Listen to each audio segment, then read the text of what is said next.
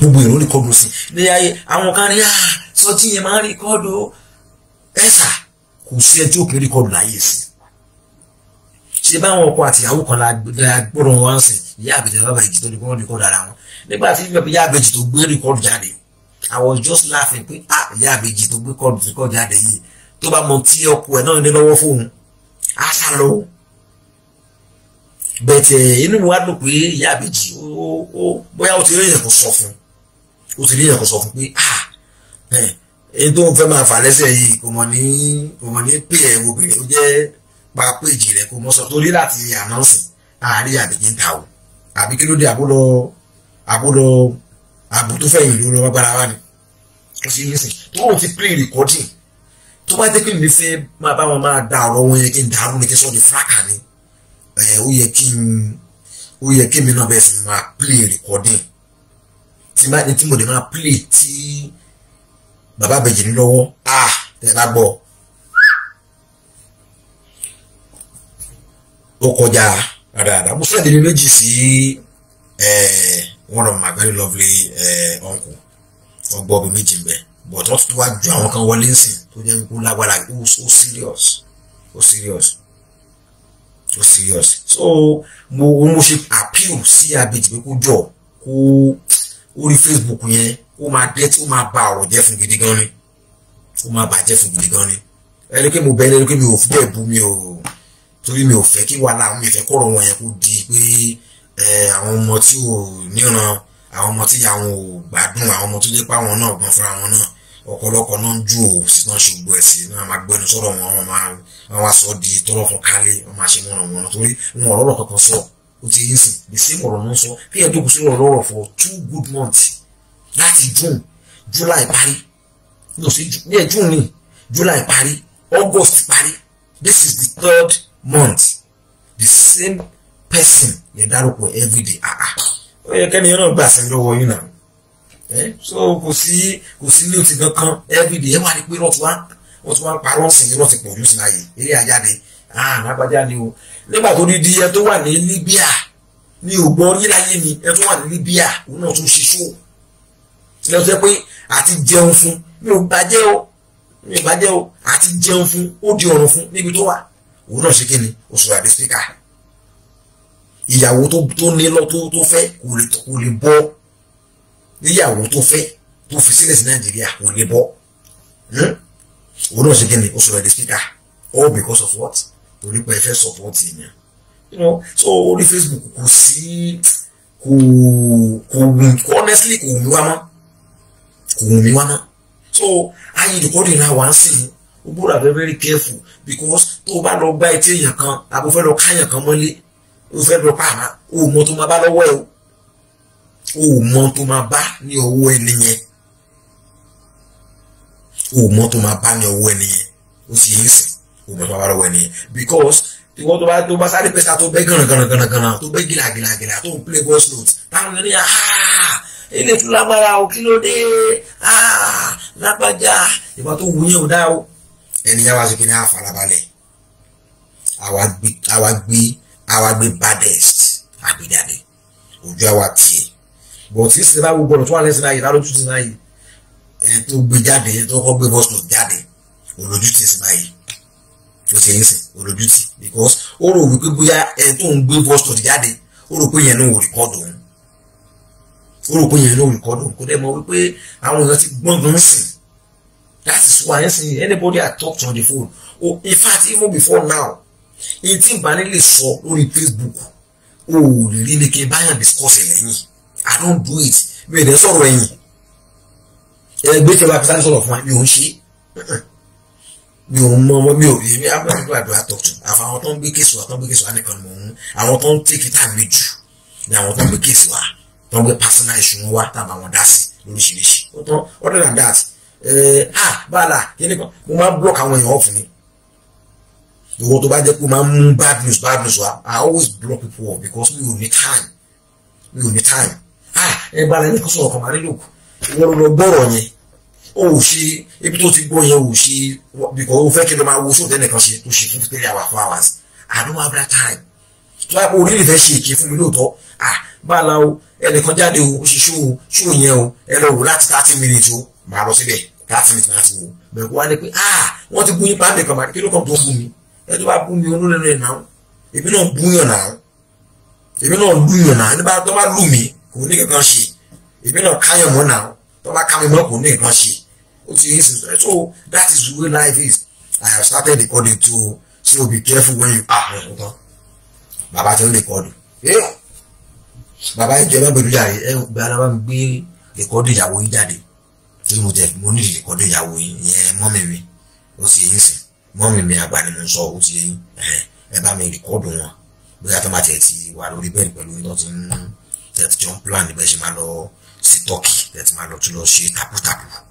bóyá kí bá mi gbóhùn wọn sílẹ̀ kí bá mi sẹ́ndẹ̀ sí mi dáa pé ẹ̀yin dáàdì mi ṣe pé ẹ̀yin lẹ́yìn gbé mi but àwọn step mother mi ni wọn tó ṣe yín dáàdì bó ṣàdé yìí mo bá wíṣà o bàbá dáàdì mi tẹ bá ti lọ́dọ̀ step mother mi ẹ dá mi gbóhùn wọn sílẹ̀ torí mo mọ̀ pé ẹjọ́ máa ń mímọ̀ bóyá ṣé ẹjọ́ lọ stock last time ni tí wọ́n ti tọ́ sí lu àwọn ọmọ mi tọ́ ti lu step mother mi jìbìtì kan gba owó lọ́wọ́ wọn wọ́n dà pẹ́jọ lọ síbẹ̀ ní àbí ẹjọ́ bẹ́ẹ̀ bá dé lọ apẹ́ta kẹtẹ̀lé wọn lórí sàgbàrà ló ti yẹ yín sìn sódà wọn nílé máa lu ajibiti ṣẹbọ dáre ẹ má bẹ ẹ ṣe dáre ẹ bá mi gba ìbò rìkọ́dì ẹ̀ lè ṣáà tètè ẹ bọ́ ẹ ṣe ẹ jẹ́ kó clear dáadáa ṣẹbọ so ilé ayé ìsìn rìkọ́dì ti di everybody ló ń ṣe é sìn in fact some people have been doing it way before we even started doing it on Facebook before it became rampant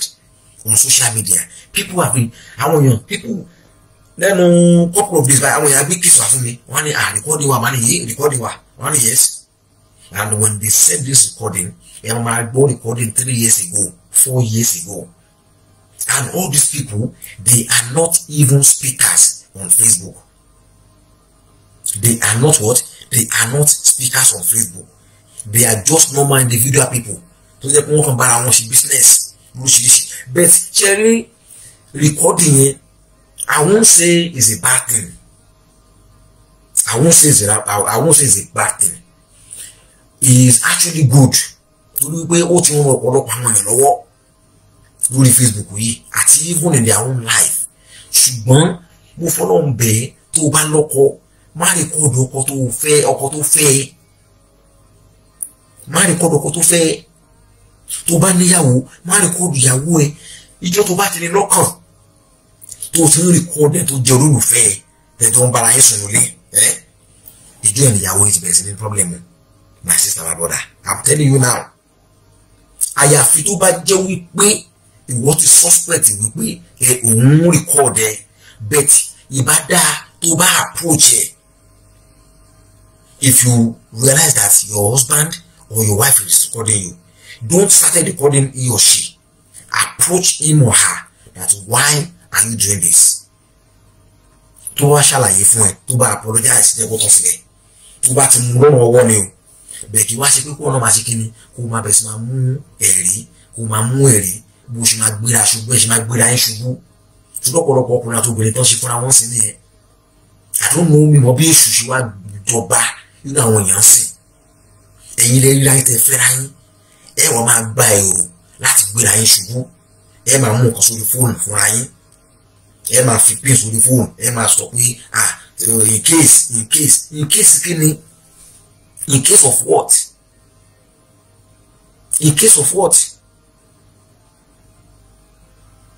ẹ wo ohun tí rìkọ́dì tó ti bàjẹ́ nígbèsè ayé ọ̀pọ̀lọpọ̀ àwọn èèyàn nǹkan díẹ̀ ní rìkọ́dì lè tún ṣe o bẹ̀tẹ̀ tí rìkọ́dì ń bàjẹ́ ló pọ̀ jù. The bad of recording is more than good. O ṣe yes ó ń jẹ́ kí ara wọn òkodo ọ̀rọ̀ àwọn tó ń parọ́ Nàìjíríà sì ń parọ́ gan tẹ́ bá wá àwọn trap tó purọ́ jù Nàìjíríà mi ò tí ì rí ibi tó parọ́ tó Nàìjíríà Ghana àwọn Ghana ń purọ́ wọn rí ìpurọ́ tó wà mi ò tí ì rí ìlú náà láyé yìí tí mo ti ń rìn o tí mo ti bá wọn ìpàdé o Nigerians àgbà babala PhD nínú ká máa parọ́ irọ́ yẹn ó dàbí pé ó wà nínú DNA ó wà nínú DNA wa ni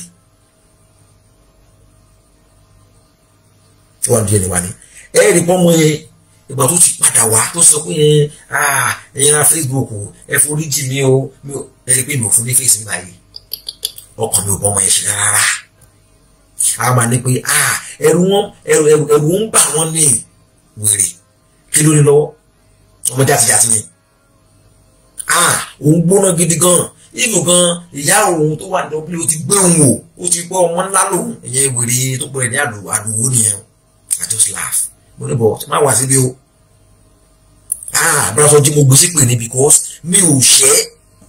èmi àti òní ṣù olóhùn gbìjà lísì ò bá ọmọ mi ṣépè sọ pé mi ò ẹ́bà borí bó ṣe láwọn ṣú ẹ̀ tó ṣe gbà yẹn tí mi ò bú kan dálóde wà mẹ́rin bẹ́ẹ̀ mi ò dá lóhùn mi ò ẹ́bà dá lóhùn báyìí rí the first time tó ti bẹ̀rẹ̀ sí jáde ṣe ṣù ìbò tí ń gbé ṣe pamọ́ ìbò tí ń tọ́jú pamọ́ but ètò wa dùn mí ni wípé tí mo súnmọ́ pé òkè but lísì gan ó wà pọ́nlẹ̀ jẹ́gbà yẹn náà wípé ara pé ó ń bóun ṣiṣẹ́ papọ̀ pé ara àwọn blogger tí òun fọwọ́ sí tó ń ṣiṣẹ́ fóun òun ni àlùjọ pé àwọn tó kù òun mọ̀ wọ́n rí she said it that time as well tàbí lọ́wọ́ náà odò ọmọ yẹn ló lọ àtàṣà rẹ̀ because bó ṣe ń ṣe nìyẹn ó máa ṣí page á fi orúkọ àwọn celebrities wọ̀nyẹn pé bóyá wọ́n máa parasite ní ọmọdé yẹn she is pure parasite. ó wá yà mí lẹ́nu because wọ́n ní kíní náà ń bu kí wọ́n pọ̀pọ̀ eléyìí tó ló ń ta ọmọ ewé yẹn kànákànà ẹlẹ́nu wọ́rọ̀wọ́rọ̀ yẹn wọ́n ló náà ń bu. Meanwhile ẹni tó ń sponsor kànákìnì òun ló ń sponsor òun náà etí òye yẹn nìyẹn àwòrán kọ́ lórí Facebook ṣá nínú rẹ̀ sọ́mọ́ ẹni tó ń sponsor ẹ̀ ló ń sponsor yẹn náà so mi wá mọ bí ẹni ò sọ fún pé àbábù business partner náà ó ti yẹn tí mò ń sọ the same person tó ń sponsor kànákìnì òun ló ń sponsor àdúgbò yẹn náà ẹnlẹgbẹwé and the bad voice note to play the voice note doesn't really make that much sense to be honest. àwọn kan ní Sọjí bá Yelisi jẹ owó tí wọ́n support èmi ò bá Yelisi jẹ o òun náà mọ̀ fún ara ẹ̀ mi bá Yelisi jẹ àtọ̀ ìbáyé jẹ kó kọ̀ǹpé aṣọ táwa ṣe sí ohun táwọn èèyàn ṣe fún sìn wọ́n ṣe pé oṣù Sọjí ṣe pé but ẹ̀ka làwa ṣe pé fún wọn ẹjọ́ ẹ wá wo gbogbo àwọn tó pariwo pé èpè ìránṣẹ́ fún Sọjí ṣe pé fún wọn ẹ wo ìgbà táwọn ẹ ti tà títàn ṣe pé fáwọn ọmọ kò kété ó ṣe pé àwọn tó wà ní Manchester náà wọ́n ṣe pé kéde kan TV náà ó ṣe pé ọ̀gá àwọn olórí dé sí gbogbo tó wà ní Manchester tó wà ní Dublin ìyá wọn náà ó ṣe pé àti gbogbo wọn lóríṣiríṣi ilé sílé everybody ẹwà dépò tí wọ́n ti ṣe ada afọjàre moroka masin ó ti mẹ́tọ́ àṣọ pa ẹ̀ ó ti yẹn sìn àwọn prophetess wa àwọn ni wọ́n sponsor àwọn méjèèjì àwọn ni wọ́n gbéṣẹ́ àwọn náà ń rán alákìnní iṣẹ́ àwọn náà wọ́n ti dùn kan sí ilé ìtorí peanut owó tí ó lè là wọ́n o rẹ̀ ti jáde síta o ní èmi ò tó tẹ̀lé bá ti bá tó yá kí mo bá lè sì ṣe papọ̀ ń sìn báyìí wọ́n á lè pèdé àmọ́ dáa bí mo bá ṣe papọ̀ gbètè yìí ti bá ṣe ẹ̀yìn ti gbowó lọ́wọ́ ẹ̀ gbogbo ilẹ̀ ti sún ẹ̀ allegiant àbí kí náà pé ìwọ ayédè àlùwò ó ní láyé tó ń bá dà yín kó rí báyìí fóun kékeré kan sí fóun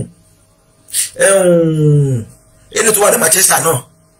òyìn Manchester ó ti yẹn Manchester United ó ti yẹn sìn ti Manchester náà Manchester United ó ti yẹn Manchester United let's get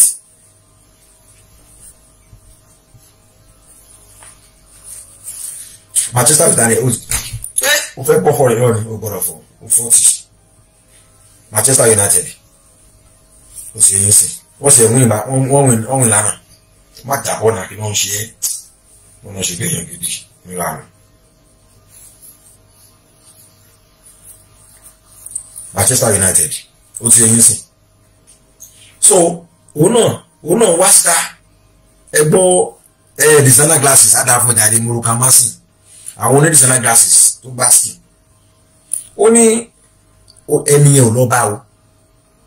ẹniyẹn ò lọ bá o òun ló lọ bá ẹniyẹn nínú ìbọn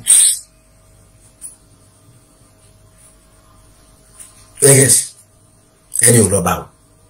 òun ló lọ bá ẹniyẹn nínú ìbọn ó lè lọ sẹ́ẹ̀dì mẹ́sẹ̀gì sí ó gbé kámọ́ lẹ́nu ẹ̀rí ó gbé kámọ́ lẹ́nu ẹ lọ sísítà mi àwọn àdá fún yín ayé ò ní bàjẹ́ wẹ́ẹ́ má dáhùn orí búkú yẹn lóhùn olùsí ni wọ́n o wèrè ni wọ́n o wọ́n jẹ́lọ́sì yín ni o àwa náà gbà tá a wà lórí Facebook já síbi kan ó yẹ ìwọ̀n já síbi kan ó sì ń já síbẹ̀ o bẹ́ẹ̀ ó tún ṣe máa já síbi kan tó kó tó máa tún ṣe kí ni ó máa tún lágbára ju ibi tá a rò lọ ó ti yín sìn ó máa já síbi kan ju ibi tá a rò lọ so ẹ jẹ́ ká wà positive ká ṣe dáadáa ó sì 1 hour mú màlúù báyìí I will not be long just 1 hour ni then I will be out of this place kí n lọ wẹ̀ kí n lọ sùn torí pé àárí wa for some days ó jẹ́ kí n wá láti ní ká wá bára wa ṣe ẹ̀fẹ̀ díẹ̀ tó bá di ọ̀la lágbára Ọlọ́run àbí lálẹ́ ọ̀la we come out and do our normal we have so many educative shows tó yẹ ká ṣe àwọn kan tó yẹ ká lè kọ́gbọ́n lórí ẹ̀ lóríṣiríṣi mo sọ fún wa ọgbọ́n wo la kọ́ ní ọ̀rọ̀ Ìyá Ìbejì àbábá Ìbejì ó kì í mo sọ kọ́ mẹ́la lẹ́yìn tó bá tún di ọ̀la màá sọ àwọn kan mi fún yín mo kàn fẹ́ kí ọ̀rọ̀ wọn kó máa bàbá Ìbejì sẹ́ni fídíò sí mi mo tọ́lẹ̀ mi ẹ jẹ́ kí n pin ẹ̀kẹ́ bọ̀ bẹ́ẹ̀ tí mo kàn sí láti máa play ẹ̀. He actually want me to play some videos and some VNs and some audio tó ń ṣe but mo ní look kò sí point let me show you àwọn dẹ̀ send àwọn nǹkan tó pọ̀ sí mi gidi gan but mo sọ fún wọn mo ní please my brother please don't do it torí ibi tó máa hẹ́ndì sí kò ní dáa ṣé mo ìbẹ̀rẹ̀ ogun ni àwọn èèyàn máa ń rí wọn kì í rí ìparí ẹ̀ tí rí máa yẹn sìn mo ṣe máa ń jẹ́rọ̀ sí wa nìyẹn yìí kan ẹ má dáhùn wá dá fún yín o ẹ ṣàmà tọ́jú àwọn ọmọ yín ẹ jẹ́ máa tayà ẹ kẹ́ máa jókòó ẹ bọ́sà kẹ́ máa dán àwa love you gidi gan we love you I love you so much I love you like tire motor I love you like I love you very very much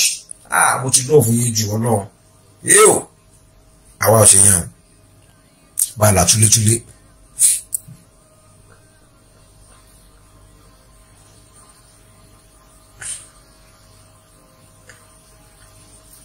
tẹ bá dẹ̀ nílẹ̀ tẹ bọ́ mo dẹ̀ fẹ́ rà lẹ́lẹ́kọ̀ọ́ náà tó ṣe é sìn tó ẹ ṣe gan síta mi tẹ bá ti get message mi yẹn ẹ get back sí mi ṣe gbọ́ I be looking forward to talk to you madam wọ́n send the message sí arábìnrin wa àwa send the message láti jọ́ tó sọ pé ẹ pè wọ́n o ẹ pè lágbájá ẹ jẹ́ ká wá gbé fún kàpé Ọlọ́run ní jẹ́ orí lè mi ò ní dìjú orí ni mi ò ní padà dẹ̀yìn mọ́ orí ni mi ò ní padà dẹ̀yìn mọ́ o.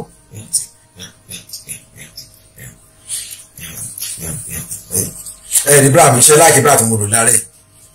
mo lo gádùn ni o orí ìkùn mi ti tóbi gan sí báyìí ẹ̀rí kan bó ṣe tó ni mo wá lo gádùn mo fi gbé ẹ̀bá kó gbékùn ro ni mo lò ìwọ náà dúró òbí kí ló ń ṣe máa fún ẹ̀ṣẹ̀ lórí onírànà orí gèlèdè gbogbo ẹ̀ náà àkànkò náà ni àrọ́kùnrin mú gbogbo ẹ̀ náà tí ó ti gbogbo ẹ̀ ti gbogbo ẹ̀rọ ṣàlùwà báyìí gbogbo lọ ẹ̀yìn ara lọ́nà yìí ẹ̀ka ẹ̀yìn pé ẹ̀yìn ọkùnrin lọ́nà wọ́n ká lá burúkú bí mo ṣe táì tó náà pé kí gbogbo yín kẹ́tẹ̀ wá mọ́yàn bí mo ṣe máa kó gbogbo ẹ̀ tí máa di pàpàpà tí mo ṣe máa dúgbò ẹ̀ nìyí sínú ẹ̀gbórí wọlé náà àfi kẹ́ máa ṣòṣì kiri àwọn tó àwọn ọmọ tí ò tó nǹkan tó pọ̀ ọmọ kéèké ni wọ́n máa fọyàn hàn yìí bẹ́ẹ̀ ni fọyàn hàn yìí lórí Facebook lórí fídíò mi ò lè ṣe yẹn ó sì yín sìn bọ̀tẹ́ bá wà máa fún yín free bẹ́ẹ̀ tí mi ò lè fi hàn yín lórí kí n máa ṣe fídíò kọ̀ pẹ̀lú yín kí n máa gbọ́n jáde pé ẹ wo Ṣẹ́gun aláfọwọ́gbé Ṣẹ́gun èmi ò lè ṣe yẹn tèmi ó sì yín sìn ó ṣàgbó ṣe tó náà wá rí pé tèmi gan ṣé kò tó mẹ́fà ṣé àlèyọ mẹ́fà tọmọ olórí burúkú yẹn ń tọ̀dọ̀ tèmi ni Ṣẹ́gun orí ẹ̀ ti dàrú Ṣẹ́gun olùsí burúkú afojú sáfimú sọ still náà o borí dúró ó wà lọ ń bọ̀ mo fún ọmọ dáadáa ọmọ tẹ́ pé ọmọ tí ṣé kí ló yà rẹ̀ gangan náà ṣó fáìn ni ọmọ yóò fáìn náà wọ́n yẹn bó ṣe rí náà bó ṣe rí kónkóló owó tọ̀dọ̀ mi sórí bó ṣe tó ni ṣé ìwọ náà wò náà wò ó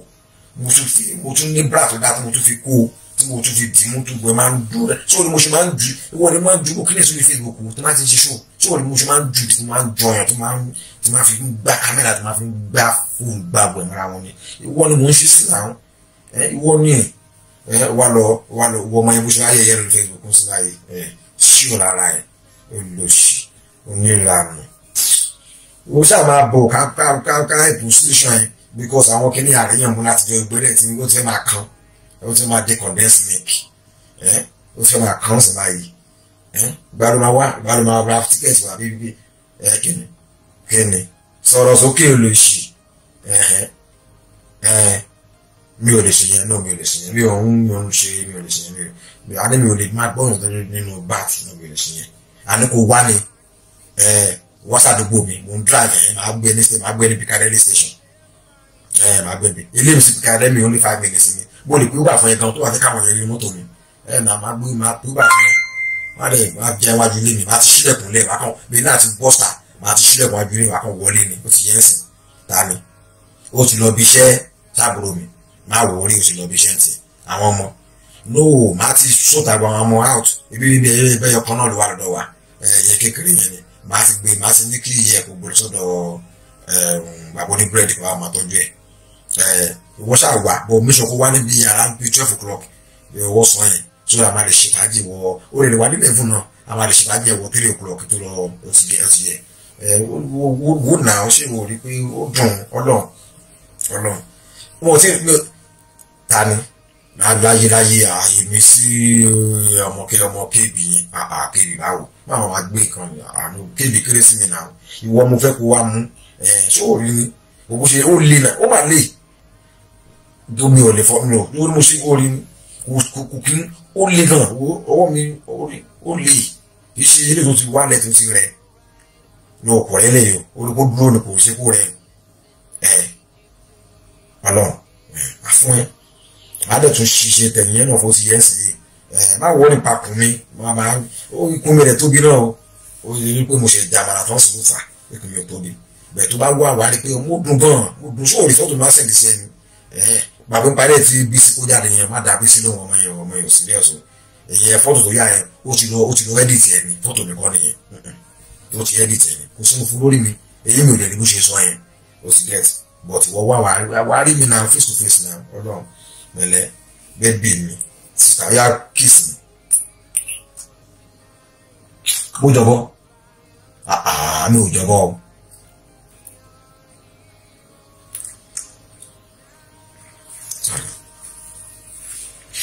Now ẹ jẹ́ ká máa sọ̀rọ̀ wa lọ́jà yìí so kí ni mo sọ lọ́lẹ́kan yẹn ọlọ́run mú wa báyìí ìgbẹ́lẹ̀ tí wàá di ìgbẹ́ tí papọ̀ báyìí ti di búrẹ́dì Agége ewu lẹ́yìn sọ́ntì ẹ má tí ẹ bú mi ẹ má bú mi ẹjọ́ o ẹ má bú mi o.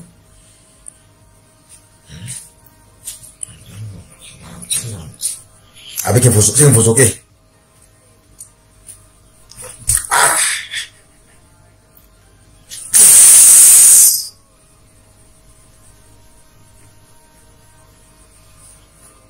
so shake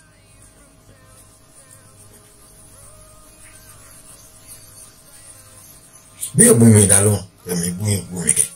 ẹ bá bú mi dá lóhùn lórí Facebook ẹ lókun shake òun náà ń gbogbo nígbà gbogbo àwọn òye àti ẹ̀mọ́ ọyàn tí ó ní shape what is your bra size under ìta ló ń bèrè size what is your bra size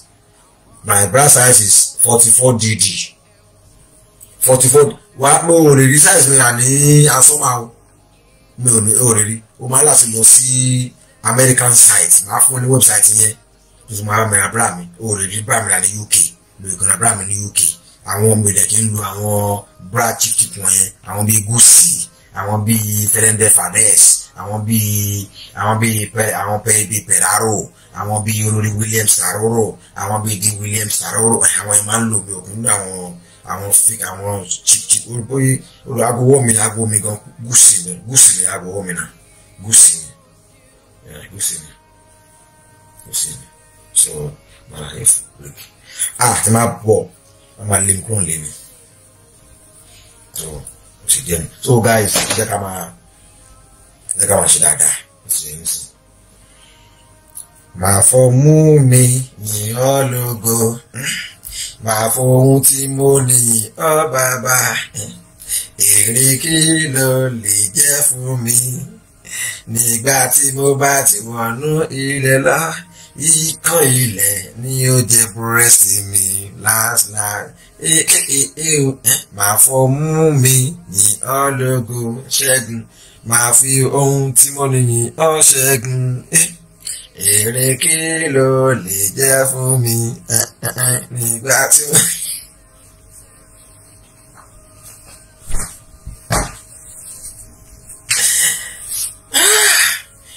Wọ́n náà wà péré ni o ní pẹ́ẹ́bì akọ̀wá bá ń ṣeré ni ó tó jẹ́ mẹ́ta tó mọ̀ tó lákìyìn sọ àpò jẹ́ mẹ́ta. òun náà you see I don't know how people behave ẹ jẹ́ kí n fọwọ́ yín sìn náà níjọ́ Monday alàgbà yín send àwọn kankan sí mi he send some stuff to me ẹ jẹ́ kí n wo kankan sí. you see èmi òun the way I do my own things but when I see people bó ṣe máa ń ṣe nǹkan ó máa pa mí lẹ́rìn. Now alàgbà yẹn send àwọn kankan sí mi right later wà lọ delete ẹ kúrò ìwọ ló send ẹ sí mi tó ní pé kí n wò but o sọ pé please Mr. Soji don't post any of these documents which I did not post them but you now delete them ẹ wà delete yẹn wà bèjì nìyẹn fẹ sí ó delete. Now so ṣé bàbá bèjì yẹn rò pé bí èmi stupid ni if I really want them ṣé màá wá o send ẹ sí mi màá wá filẹ̀ síbẹ̀ I will not leave it there. Jẹ́ kí n fi hàn ó ní ọ̀rọ̀ yóò ní sìn. Mo wá send it fún ara ẹ̀ I will send it to him. Màá kọ sílẹ̀ pé bàbá bèjì please don't try to be smart. I'm just trying to help you. Mi ò gbowó lọ́wọ́ ẹ̀. Irú case bàbá bèjì ẹ̀sìn ó yẹ kí n charge lówó ni. Bẹ́ẹ̀ni ò charge but I will just do it for him free. O tún wá ń delete message to send sí mi. Bẹ́ẹ̀ni kò dẹ̀ mọ̀ pé message yẹn sìn. I've already saved it. Mo máa forward ẹ̀ sókè fún ara ẹ̀ sìn kó lè mọ̀ pé you don't try to be smart than you are dealing with someone that's already there. I've done it all. Only gbogbo tó ṣẹlẹ̀ pátá ẹ̀dẹ̀ kì máa forward ẹ̀ sí fún ara ẹ̀. So eléyìí máa forward eléyìí sí forward máa tún forward eléyìí náà sí báyìí máa jù sórí fóònù ẹ̀ mbẹ́ máa fún nílé owó tó yẹ fún mi òkè àyẹn tó bẹ́yẹn. Ọ̀dà ẹ̀dẹ̀ kì í bá nọ́mbà bàbá àbèjì wọn lábẹ́ náà bàbá àbèjì dà. Owó ní kí n má post ẹ̀ mi dẹ̀ post ẹ̀ but why are you deleting it? Mo ti sẹ́yìn ẹ̀ bàbá àbèjì padà. Màá kọ́ bẹ̀ why are you deleting messages? I like you but don't mess it up. Tí máa like èèyàn àbẹ tó máa fi lóko báyà ṣe mi fẹ́ kéèyàn kó máa ṣe báyìí pẹ̀lú mi. Mo ti forward ẹ̀ sí padà. Gbogbo tó rí rí sí yẹn I forward back to him now. You know? Bàbá rẹ̀ ṣe case ó send ẹ̀kọ́ sí mi màá fi sílẹ̀ mbẹ́ ní sílẹ̀ mbẹ́ náà máa tọ́jú ẹ̀ pamọ́ ní now because I've done so many cases on the social media here tó máa sọ pé àwọn ọ̀rẹ́ ń ṣe o ní pọ́nmọ́ mi now. You know? Let them play come down voice on to say. Hello. Nǹkan tó dé tí mo fi ń pè ní pé mo fẹ́ wá kó àwọn ọmọ mi mo lè fẹ́ kó. Ara àwọn ọkọ̀ tó sẹ́ni yìí so àwọn méjì wọ́n rí kọ́dà ara àwọn ọkọ̀ àtìyàwó. Mo sá mo lè rán. Ìyá àbẹ̀jì ni yẹn. Mo jẹra fún un tó bá pèsè lọ́sí mi jù ẹ máa ń pè mí tó bá fẹ́ ọjọ́ tí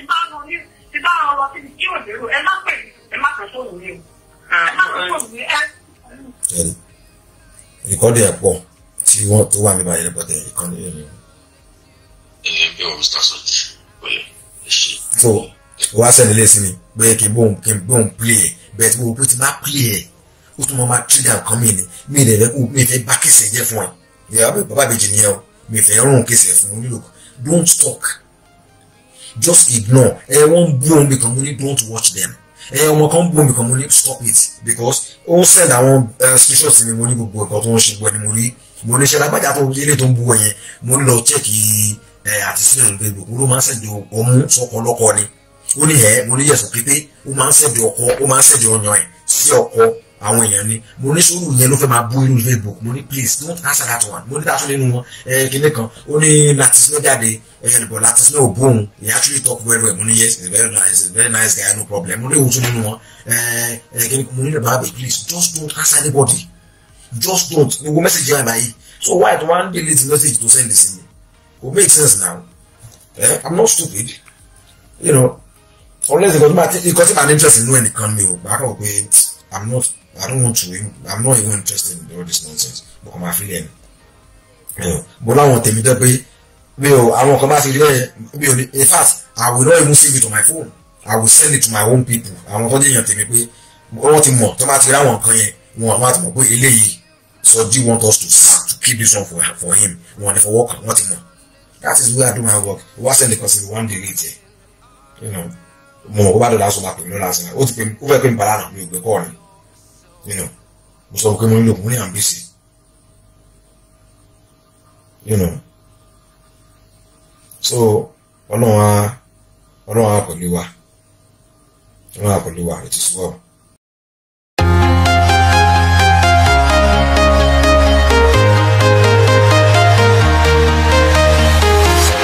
I'm walking alone, the streets are empty. The only thing I can see is my own silhouette.